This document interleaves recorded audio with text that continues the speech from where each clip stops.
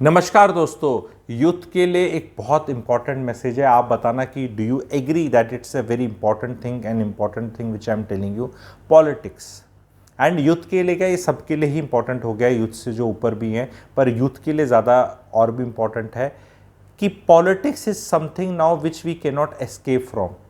So we'll have to know the politics कि हो क्या रहा है, क्योंकि अब रिलेशनशिप्स अफेक्ट हो रही हैं, यारी दोस्ती इफेक्ट हो रही है। अगर नहीं हो रही तो मुझे बता देना, because these politicians have been able to various sources get into our brains and our blood and निकल नहीं सक रहे। नौकरी पे प्रिजुडिस फेस करना पड़ सकता है आपको, नौकरी पे पॉलिटिक्स होती है और पॉलिटिक्स से भी लिंक्ड है। घर में पॉलिटिक्स हो रही है, मोहल्ले में हो रही है, सोसाइटी में हो रही है। अगर आप कॉलेज या स्कूल में पढ़ाते हैं या शायद कॉलेज में पढ़ते हैं, वहाँ भी ये पता चल रहा है। पॉलिटिकल ओपिनियंस बड़ी इंपॉर्टेंट हो गई हैं। तो इस सब्जेक्ट को कैसे डील करना है, कैसे पॉलिटिक्स को समझना है इन ए पॉजिटिव वे, क्योंकि सबने इसको ये बना लिया कि तू इसके साथ है या इसके साथ है करके। पर क्या एक इंडिपेंडेंट थॉट प्रोसेस हो सकता है चीज़ों को समझने का? इसके लिए मैं ये बताना चाह रहा हूँ, मेरा एक अलग एक्सक्लूसिव चैनल है गुरुजी फ्रॉम गुरुग्राम। उसका लिंक मैं कमेंट सेक्शन में डाल दूंगा। बहुत बेहतरीन तरीके से मैं वहाँ ये चीज़ एक्सप्लेन कर रहा हूँ और बहुत ही प्यारा अच्छा फीडबैक आ रहा है। आप कमेंट सेक्शन में जाएं, सब्सक्राइब करें, वहाँ वीडियोस देखें और डेली कुछ ना कुछ अपडेट्स रहते हैं। बहुत क्योस और नॉइस है इसमें एंड बहुत ओपिनियटेड चीज़ बताया जा रहा है। मैं चाहता हूँ कि मेरे देश का यूथ ओपिनियटेड ना रहे, वो सब तरह की ओपिनियंस ले, रिजिडिटी ना हो, फ्लेक्सिबिलिटी हो, सबको जानने की उसमें क्यूरियोसिटी और इच्छा हो। और एक तरफा होने का मतलब जो गलती कर देते हैं हम कि बस यही ठीक है या यही ठीक नहीं है। जीवन में सिर्फ एक्शंस होते हैं, कॉन्सिक्वेंसेस होते हैं। कुछ सही गलत का तो बहुत बाद में पता चलता है।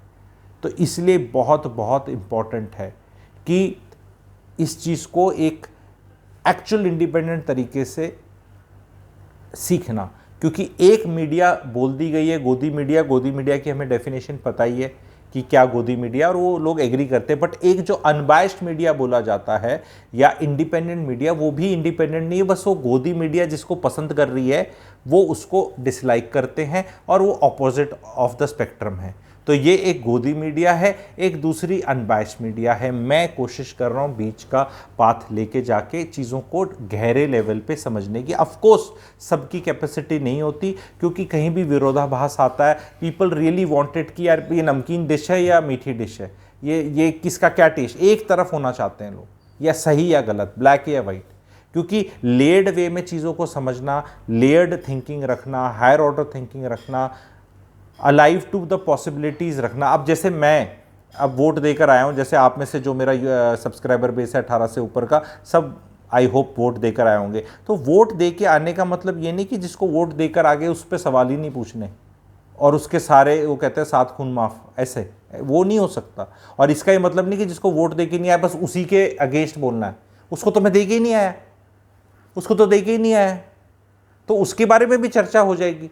पर भाई देकर आया तो उसकी अकाउंटेबिलिटी तो होगी, क्योंकि पॉलिटिशियंस को राइट क्वेश्चंस नहीं पूछे जा रहे। Politicians are able to get away with all बकवास मुद्दास। आपने इलेक्शन में देखा होगा कि किस लेवल का डिबेट आ चुका है, क्या क्या शब्द नहीं प्रयोग करे जा रहे। और हम जो पढ़े लिखे हैं, जो मैं सोचता हूँ मेरा अपर मिडिल क्लास ऑडियंस है, वो हमारे टॉपिक्स नहीं है, कोई चर्चा कर ही नहीं रहा उन चीज़ों की।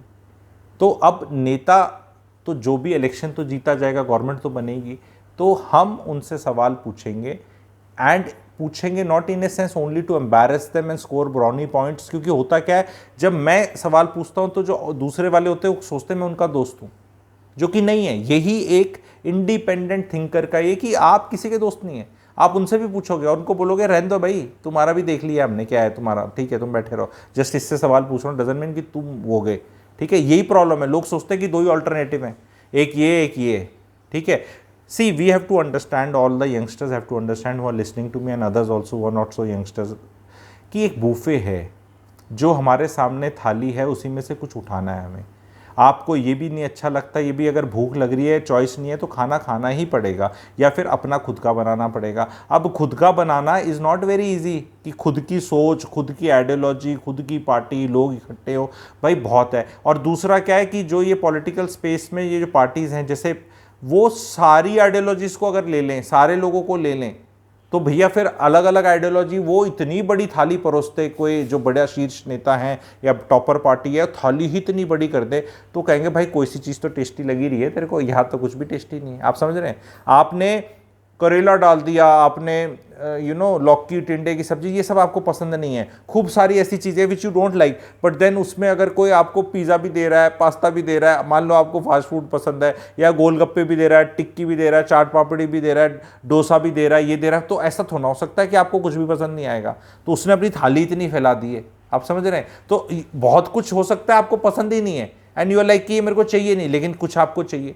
तो पॉलिटिशियंस तो वो करेंगे, लेकिन हमें जेन्युइनली आके बोलना पड़ेगा कि यार ये फास्ट फूड अच्छा नहीं है, इस तरह पिज़्ज़ा अच्छा नहीं है, ये सेहत ख़राब करता है, थोड़ा से सात्विक थाली लेकर आओ, ऐसे लेकर आओ। ये बोलने वाला भी तो कोई चाहिए ना, कोई कमेंट करने वाला तो चाहिए ना, कि जो मुद्दे उठाए कितने रेलेवेंट हैं, कितनी हमारी लाइफ को इफेक्ट करते हैं। नहीं करते तो तुम क्यों बोल रहे हो? क्यों तुम सिर्फ सेंटिमेंट्स और इमोशंस पे ही तुम लेते हो? और ये सेंटिमेंट इमोशंस ये थोड़ी देर के लिए इवोक होते हैं, ये वाली डलती है, उसके बाद मम्मा ट्यून चेंजेस, फिर कहानी शुरू हो जाती है।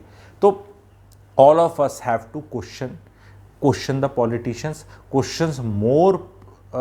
More questions should be put up to people who are actually in the power, because they are directly sitting in a position where they can affect your lives. Yes, you will have to question the opposition also, कि भाई तू सवाल क्यों नहीं पूछ रही, तू ठीक से सवाल क्यों नहीं पूछते, तुम ये क्यों नहीं करते, ऐसा क्यों नहीं हो रहा, ये क्यों नहीं। इनको भी बोलना है कि तुम तो आराम से सोए बैठे हो, तुम कैसी ऑपोजिशन हो, तुम तो बिक गई, तुम तो ऐसे हो गए। इनको भी छेड़ना है, ऑपोजिशन पे भी सवाल करने, पर इस पे करने। तो 70-30 का इज ए हेल्दी कॉम्बिनेशन, कि 70% सत्ता पक्ष से सवाल पूछो और 30% का फोकस ऑपोजिशन पे भी डालो, और जागरूक जनता बनो। एंड जब भी you will encounter, because see we will have to be able to articulate our political feelings in a nice way, so that we are not prejudiced against. क्योंकि आप कहीं जाओगे, आप बोलोगे नहीं ये तो ऐसे नहीं है, हर बार चुप नहीं रहा जा सकता, क्योंकि कितनी बार चुप रहोगे। अब तो घरों के अंदर आ गया, घरों के अंदर लोग अलग अलग। आप मुझे बताओ, क्या एक शादी बहुत अच्छी चलेगी अगर बहुत आइडियोलॉजी में डिफरेंस है या समझा समझी नहीं हो रही? आपको लेड वे में समझाने की कैपेबिलिटी रखनी पड़ेगी, क्योंकि भाइयों में, बहनों में, माता पिता और बच्चों में, रिश्तेदारों में, क्लोज फ्रेंड्स में, नौकरी स्पेसिस में, बिकॉज ऑफ आइडियोलॉजिकल डिफरेंसेस मैं एज ए सोशल ऑब्जर्वर बहुत कलेश होता देख रहा हूँ।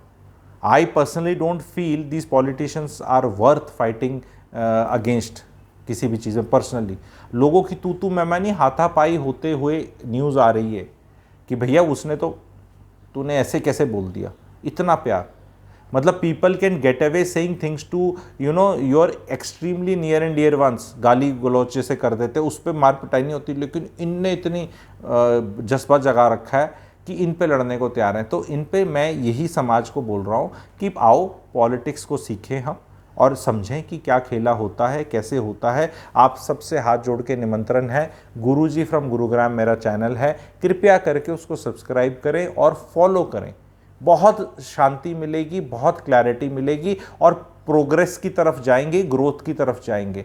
नहीं तो कहीं ना कहीं बिटरनेस, फ्रस्ट्रेशन में रह जाएंगे। क्योंकि देखिए सिंपल सी बात है, आप किसी को लाइक करते, किसी को लाइक नहीं करते। जो लाइक नहीं करते वो सत्ता में आ गया, जो कि बहुत पॉपुलेशन है ऐसी, क्योंकि वो परसेंटेज वोटिंग का आप देखेंगे 37-40% से ज़्यादा नहीं जीत सकती सत्ता में आने वाली पार्टी। तो 60% लोग तो नहीं कर रहे।